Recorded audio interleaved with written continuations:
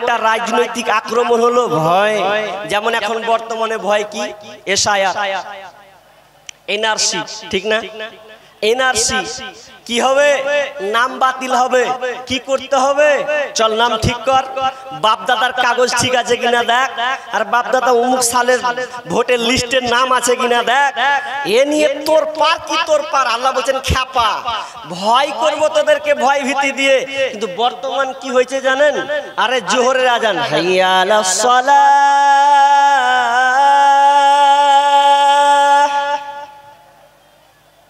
হাইয়া আলাল ফালাহ,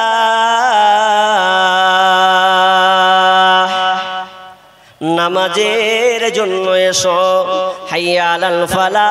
কামিয়াব যদি নিতে চাও, যদি তুমি শান্তি নিতে চাও, তুমি অশান্তিতে আছো, তুমি কোনো বিপদ মুসিবতে আছো, যদি উদ্ধার পেতে চাও, তাহলে তুমি মসজিদে এসে ঢুকে যাও, এখানে তোমার জন্য কল্যাণ আছে। কিন্তু আজকে আমরা দেখেন, আল্লাহ বললেন বান্দারে তোদেরকে আমি ভয় ভীতি দিয়ে পরীক্ষা করব, রাজনৈতিক নেতা দিয়ে, সরকার দিয়ে তোদেরকে আমি পরীক্ষা করব। কিন্তু তোরা আমার এই ভয়টাকে এড়িয়ে দিয়ে তোরা এমন একটা ভয়ের মধ্যে চলে গেছে, মমতাকে যদি জড়িয়ে ধরতে হয় তো জড়িয়ে ধরবে, যদি আপনার কিনা প্রধানমন্ত্রীকে যদি ধরতে হয় তো জাপটে ধরবে বাঁচার জন্য। আল্লাহ বলছেন এটা চুটকির ব্যাপার, এটা মামুলের ব্যাপার। কি তোমার ভাই আফগানিস্তানে যখন পর্দা নিয়ে যখন স্লোগান হলো, সেই অনেক দিনকার আগের কথা, প্রায় 1975-80 দিকের কথা, যখন আফগানিস্তানে পর্দাকে বন্ধ করে দেওয়া হলো, নিষেধ করে দেওয়া হলো, কোনো মহিলা পর্দা পড়তে পাবে না। আমাদের ধুলিয়ান ডিস্ট্রিক্টে এমন হয়েছিল, পর্দা নিয়ে ঝামেলা হয়েছিল স্কুলে। ধুলিয়ানে পর্দা নিয়ে একটা বড় একটা ষড়যন্ত্র হয়েছিল। কোন স্কুলে মেয়েদেরকে বোরকা পড়তে দেওয়া হবে না, পর্দায় ঢুকতে দেওয়া হবে না। কিন্তু না, আমরা সেই মুসলমান নয়। আল্লাহ বলছেন তোমাদেরকে আমি ভয় দিয়ে ভীতি পরীক্ষা করব। যখন আফগানিস্তানে আপনার পর্দাকে বোরকাকে পুড়িয়ে দেওয়া হলো, আলেমরা একমত হলো না পর্দা পুড়িয়ে দেবে, মেয়েদের পড়তে দেবে না, এটা আমরা কখনোই মেনে নিব না। জনসাধারণ ভয় করছে, কি করবে? আরে ও তো প্রধানমন্ত্রী নেতা, ও যদি ওর প্রতিবাদ করি তো আমাদের কেউ কিছু হবে না। আলেমরা বলেছিল, আলেমরা সবাই একবদ্ধ হয়ে বলেছিল না, পর্দা পুড়িয়ে দেওয়া মানে কোরআনের আয়াতকে অস্বীকার করা, কোরআন আয়াতকে, ছোট কোরআনকে পুড়িয়ে দেওয়া। অতএব শুনবো না। সংগ্রাম চলতেই থাকে। লক্ষ হাজার আলেমকে গুলি করে হত্যা করে। যত মাদ্রাসা আছে সবগুলোকে ভেঙে তছনছ করে দেওয়া হয়, মসজিদগুলোকে ভেঙে তছনছ করে দেওয়া হয়। এমন সময় কিছু বাচ্চা ছিল, 7 বছর 8 বছরের বাচ্চা, ওরা বলছে না আমরা ক্ষান্ত নয়, যাব আমরা লড়াই করব, পর্দার বিরুদ্ধে আমরা লড়ব, পর্দার পক্ষে আমরা থাকব, আমরা মেয়েদেরকে বোনদেরকে পর্দা সই যেতে দেব, বেহায়ার মতন আমরা ঘুরতে দিতে পারি না। এই যখনই করা বলা, আবার ওরা হাসছে, তোদের বড়গুলোকে তো হত্যা করে দিয়েছি, তোদের আলেম ওলামা নাই, তোরা গুটি ছোট বাচ্চা, তোরা আপনারা কি করবি? খুব হাসছে, বলছে চালা গুলি চালাচ্ছে, গুলি চালাতে ধাই করে গুলি চলে, গুলি চলতে এমন সময় ছেলেগুলো যেন সব মরে গেল, রক্ত প্রবাহিত হলো। গ্রামের লোক ছুটে আসলো, বাবা তোরা কেন বিরুদ্ধে করতে গেলে বল, তোরা তো ছোট বাচ্চা, তোরা কেন তাদের ওই ইংরেজের বিরুদ্ধে, তোরা সে জালেম শাসকের বিরুদ্ধে তোমরা কেন তোমরা লড়তে গেলে? এমন সময় কিছুক্ষণ পরে দেখছে একটা ছেলেও কিন্তু মরে নাই। প্রথমে মনে হলো যে সবাই মারা গেল, দ্বিতীয় লগ্নে গ্রামের লোক গিয়ে দেখছে আরে কোনো বাচ্চা তো মরে নাই, সব বাচ্চা যেন জিন্দা হয়ে আছে। গ্রামের লোক অবাক হয়ে গেল, ঝাঁঝরা করে দেওয়া হলে একটাও বাচ্চা মরে নাই, সব বাচ্চা কিন্তু জিন্দা আছে। তখন আবার বলছেন চল আর বসে থাকবো না, আমরা ওই ইমানি চেতনা নিয়ে আমরা সংগ্রাম করব, পর্দার পক্ষে আমরা। সবাই যেন লক ঝাঁপিয়ে পড়লো, গোটা গ্রাম, গোটা এলাকা, গোটা শহর যেন গর্জে উঠলো। না, তারা কোরআনকে অপমান করেছে। যখনই আপনার জালেম শাসক বুঝতে পেরেছে আর এখানে টিকা যাবে না, এবার কোনো একটা সিদ্ধান্ত নিতে হবে। ওই নেই আপনার কি নাম, ওই বেঈমান শাসক সেদিন আর থাকে নাই, সেদিনকে নিজের দেশ ছেড়ে পালিয়েছে আপনার কি না ইহুদিদের কাছে, ওখানে গিয়ে সে আশ্রয় নিয়েছে। ইমানি চেতনা আপনাকে দেখাতে হবে। ওই সরকার কি করে দিল, ঠিক করেন, নামাজটা 5 ওয়াক্তের সঙ্গে লিঙ্ক রাখেন, 5 ওয়াক্ত সালাতের সঙ্গে আপনি লিঙ্ক রাখেন। আচ্ছা, পূর্বাঞ্চলে যখন ইসলাম প্রথম দিকে রাসূল সাল্লাল্লাহু আলাইহি ওয়াসাল্লাম দাওয়াত দিচ্ছিলেন, তার আগে দুইটা বড় বড় শাসক দল ছিলেন, বড় বড়। একটা হচ্ছে পারস্য আর একটা হচ্ছে রোম সাম্রাজ্য। দুইটা, রোম সাম্রাজ্য বর্তমান নাম হচ্ছে ইতালি বা ফ্রান্স, ইতালি, আর পারস্য এটা বর্তমান হচ্ছে ইরান। এই ইরানের বাদশাকে বলা হয় কিসরা, আর রোমের বাদশাকে বলা হয় কেইসার। তো রোমের বাদশা নাম হচ্ছে হিরাক্লিয়াস। ভালো করে শুনুন, হিরাক্লিয়াস সে বলছে যে আরবের কিছু লোককে ধরে ওদের ইমানি চেতনা কেমন, ওদের একটা কাফেলাকে একদম অ্যাটাক করতে হবে। ভয় কাকে বলে এটা আপনাকে দেখাচ্ছি। আল্লাহ বলছেন ভয় দিয়ে পরীক্ষা করব। তো ধরলো হিরাক্লিয়াস তার দলকে পাঠিয়ে একটা মক্কা নগরীর একটা কাফেলাকে যুদ্ধের সময় ধরে ফেললো। কাদের? তো ধরলো 80 জন সহ তার সঙ্গে যুক্ত আছে সেটা হচ্ছে আব্দুল্লাহ বিন হুযাফা। আব্দুল্লাহ বিন হুযাফা সহ 80 জনকে অ্যাটাক করে নিয়েছেন। বাদশা হিরাক্লিয়াস বলছে তোমাদের মধ্যে লিডার কে গো? তোমাদের এই কাফেলার মধ্যে লিডার কে? ওকে সাজদা করতে পারলে সব ঠিক হয়ে যাবে। আব্দুল্লাহ বিন হুযাফা বলছে আমি। তুমি? আচ্ছা এসো আমার কাছে আসো। আচ্ছা শোনো, ইসলাম ছেড়ে দাও। ইসলাম ছাড়বে, 3টা অফার তোমার জন্য থাকবে। এক, ইসলাম যদি ছেড়ে দাও তাহলে তুমি খ্রিস্টান হয়ে যাবে, আর খ্রিস্টান যেমন হয়ে যাবে তোমার জন্য এক্সট্রা 2টা অফার থাকবে।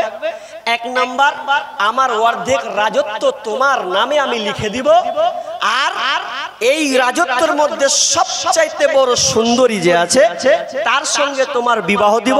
কোন জায়গায় হচ্ছে আমার মেয়ে সুন্দরী একটা মেয়ে আছে তার সঙ্গে তোমার বিবাহ দিব। ইসলাম ছাড়ো। আব্দুল্লাহ বিন হুযাফা বলছে আমার সঙ্গে ন্যাকামো করতে এসো না। তুমি আমাকে 3টা বড় বড় অফার দিয়েছো, এই অফার আমার কাজে লাগবে না, এটা আমার দরকার নাই। কারণ আমি ইসলামকে পেয়েছি। এই ইসলাম খানা হচ্ছে আমার কাছে একমাত্র পথ, যে রাস্তাটা ধরে আমার গন্তব্য হবে জান্নাত। আমি দুনিয়ার কোনো ধর্মের উপরে নয়, বরং আমার ইসলাম খানা হচ্ছে আমার কাছে সর্বের সেরা। আব্দুল্লাহ বিন হুযাফাকে যখন হিরাক্লিয়াস বন্দী করলেন, বন্দী করার পর বলছেন একে আর ছেড়ো না, সবাইকে জেলে বন্দী করো, একে আলাদাভাবে জেলে বন্দী করো। গোয়েন্দা আপনার কিনা দারোয়ানকে বলে দেওয়া হলো খবরদার এই আব্দুল্লাহ বিন হুযাফা আব্দুল্লাহকে খবরদার কোনো খাবার খেতে দেবে না, খাবার যেন তার কাছে না যায়, আর খেয়াল রাখবে ও যেন মারা যাতে না যায়। আব্দুল্লাহ বিন হুযাফা জেলের মধ্যে আছেন। এমন সময় 1 দিন 2 দিন 5 দিন যখন 4-5 দিন হয়ে গেছে, আর যেন শরীর চলে না, মরা মরা ভাব মনে হয় আর বাঁচবে না। কারণ 4-5 দিন থেকে তার মুখে কোনো খাবার জোটেনি। তখন ওই ডাক্তার যে প্রহরী ছিল, একজন ডাক্তার নিয়োজিত করা হয়েছিল, ডাক্তার গিয়ে বলছেন জাহাপনা এই লোকটা মারা যাবে। তো বলছে এক কাজ করো, ওকে খাবার দাও। খাবারটা কি দিবে শুনে নাও। খবরদার ওকে হালাল খাবার দিবে না, ওকে শুকরের মাংস কেটে দাও, আর মদের সঙ্গে পানিকে মিশিয়ে দাও, আর কিছু রুটি মাখা শুকরের মাংস দাও। যখন তাকে দেওয়া হলো, দেওয়ার পর এবার বলা হলো দেখ এখানে কিন্তু শুকরের মাংস আছে, আর এখানে মদের সাথে পানি মিশানো আছে। যখন এই কথা বলা, আব্দুল্লাহ বিন হুযাফা সাইড ছড়িয়ে দিলেন, না আমি খাবো না। এই করে 1 দিন 2 দিন 3 দিন খাবার পর্যন্ত তার কাছে পরিবেশন করা হয়। এই 3 দিন খাবার সে খেলো না, সে মারা যাবে এমন একটা ভাব। এরপরে হিরাক্লিয়াস বলছে, বাদশা বলছে শোনো আব্দুল্লাহ এখনো সময় আছে, তুমি ইসলামকে ছেড়ে দাও, তোমাদেরকে ছেড়ে দেওয়া হবে, এর বিনিময়ে তোমাকে রাজত্ব লিখে দেওয়া হবে, ভালো সুন্দরীর সঙ্গে তোমার বিবাহ দেওয়া হবে। আব্দুল্লাহ বিন হুযাফা বলছেন না না না, আমাকে যদি 1000 বার শহীদ করা হয়, মারা হয়, তবু আমি এর উপরে ইসলামের উপরে অটল থাকব। ভয় নাই রে কোনো ভয় নাই, আল্লাহ যদি থাকেন সহায় দুর্গম গিরিপথ পাড়ি দিয়ে যায় ভয় নাই রে কোনো ভয় নাই আল্লাহ যদি থাকেন সহায় যুগে যুগে ইতিহাস লেখা দেখা যায় আল্লাহর পথে যারা কাজ করে যায় যুগে যুগে ইতিহাস লেখা দেখা যায় আল্লাহর পথে যারা কাজ করে যায় বিনা পরীক্ষায় তাদের পাস নাহি হয় বিনা পরীক্ষায় তাদের পাস নাহি হয় ভয় নাই রে কোনো ভয় নাই আল্লাহ যদি থাকেন সহায় যখনই বলা না তোমাকে এবার শুলিতে চড়ানো হবে বাদশা কোনো মতে পারছে না আব্দুল্লাহ বিন হুযাফাকে এবার বলছেন এক কাজ কর আর ওতে মাফ করা হবে না এবার চলো ওকে শুলিতে চড়িয়ে দিয়ে ফাঁসিতে ঝুলিয়ে দেওয়া হবে ফাঁসিতে ঝুলিয়ে যখন সামনে নিয়ে যাচ্ছে বলছে আমাকে ফাঁসিতে ঝুলানো কোনো অসুবিধা নাই আব্দুল্লাহ বিন হুযাফাকে উল্টো করে টাঙিয়ে দেওয়া হলো বলছে বল ইসলাম ছাড়বে কি না বল আব্দুল্লাহ বলছেন না আমি ইসলামকে ছাড়তে পারবো না নির্যাতন নির্মম শুরু হলো এরপরে লাস্টে বলা হলো যখন না পারলো না পেরে বলছে এক কাজ কর এভাবে ওকে শাস্তি দিয়ে কোনো লাভ হবে না তোরা যে রান্না করিস এই তোরা যে রান্না করিস বড় কড়াই দিয়ে ওই কড়াইটাকে সামনে নিয়ে আয় আর ওখানে তেলকে ঢেলে দে তেল যেমনই ঢেলে দেওয়া সঙ্গে সঙ্গে তেল যেমন হয়েছে গরম তপ্ত করে দাও দাও করে ফুটন্ত জ্বলছে এমন সময় বলছে দেখ এখনো সময় আছে কিন্তু আব্দুল্লাহ বলছে এক চিঞ্চু আমাকে সরাতে পারবে না তখন তার একজন গোয়েন্দা তাদের 80 জন যে ছিল আটক হয়েছে তার মধ্যে আর একজনকে ধরলো ধরার পর গরম তেলের মধ্যে ঠেলে দিল পুরো শরীর চামড়া ঝলসে বার হয়ে গেল হাড্ডি হয়ে গেল কঙ্কাল হয়ে গেল বলছে এবার দেখ বলছে কোনো ব্যাপার নাই যখনই তাকে ফেলা হচ্ছে তেলে তখনই ওই সময় চোখ দিয়ে যেন তার পানি ঝরছে আব্দুল্লাহ বিন হুযাফার চোখ দিয়ে পানি ঝরঝর করে ঝরছে এমন সময় হিরাক্লিয়াস বাদশা হিরাক্লিয়াস বলছে মনে হয় এবার তোর ভয় লেগেছে মনে হয় তুই এবার ইসলাম কেন ছাড়বে এবার তোর মরণ বলে ভাই আব্দুল্লাহ বিন হুযাফা বলছেন এটা নয় নয় আমি কাঁদছি ওটার জন্য নয় বরং আমি কাঁদছি এই জন্যে আল্লাহ যদি আমার প্রতিটা লোমের বিনিময়ে আমার হায়াতটাকে দিত প্রতিটা লোমের বিনিময়ে যদি আল্লাহ আমাকে জীবন দিত আমি বারবার হাজারবার আমি শহীদ হতাম হাজারবার আমি তেলে পড়তাম এটার জন্য আমি কান্না করছি কিন্তু একবারই তো আমার সেল খতম হয়ে যাবে যখন এই কথা বলা আব্দুল্লাহ বিন হুযাফার কথা যেমনই শেষ তখনই হিরাক্লিয়াস বলছে রে ওকে ছেড়ে দে আয় আয় আব্দুল্লাহ আমার কপালে তুই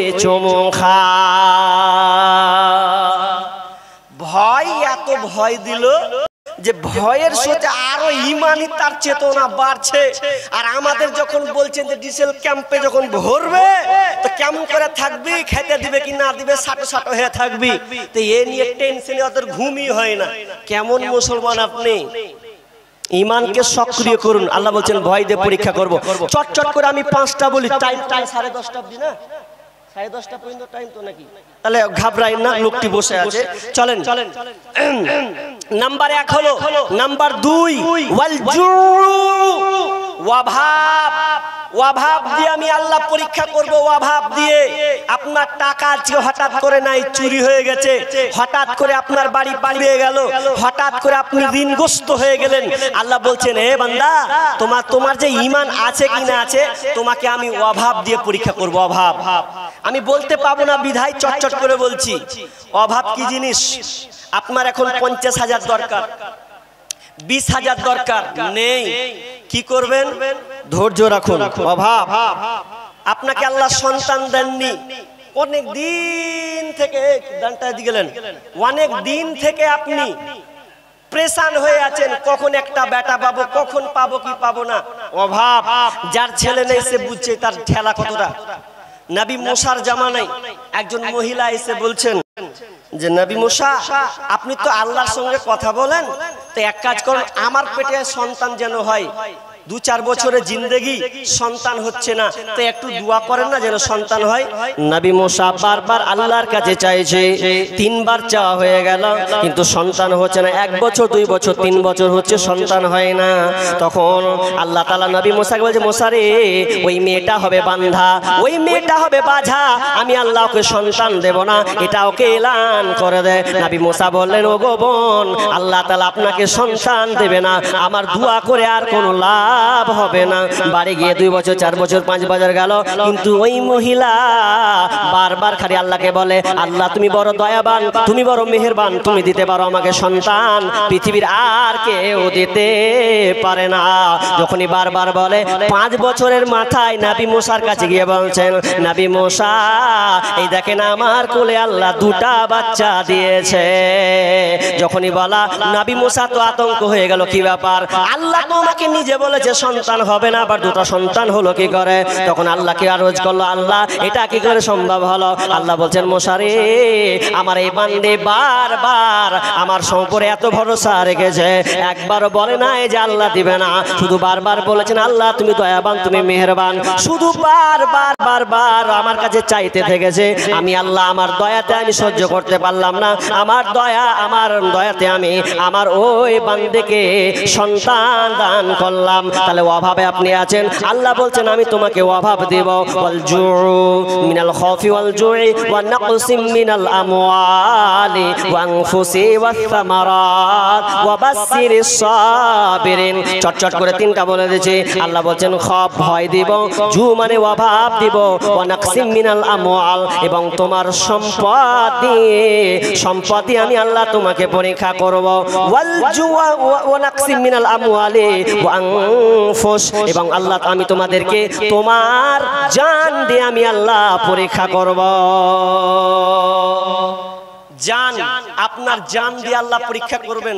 বলতে পাবো না বিদায় চটচট করে বলছি। জান, মালদা ডিস্ট্রিক্টের কোন এক জায়গায় নামাজি লোক, নামাজ পড়ছে, ওকে 2 সপ্তাহ 5 সপ্তাহ নামাজ পড়তে দেখাই যাচ্ছে, হয়তো আগেও পড়েছে, 1 সপ্তাহ থেকে আর ওর খোঁজ মিলে না, নামাজ পড়তেও আসেই না। তো বলছে, হারে ও চাচাটা যে নামাজি পড়তে এলো না, ব্যাপার কি? তো বলছে, যত খোঁজ নিয়ে তো চায়ের দোকানে আড্ডা মারছে, দেখা নামাজ পড়তে আসে না। তো বলছে, নামাজ, ও চাচা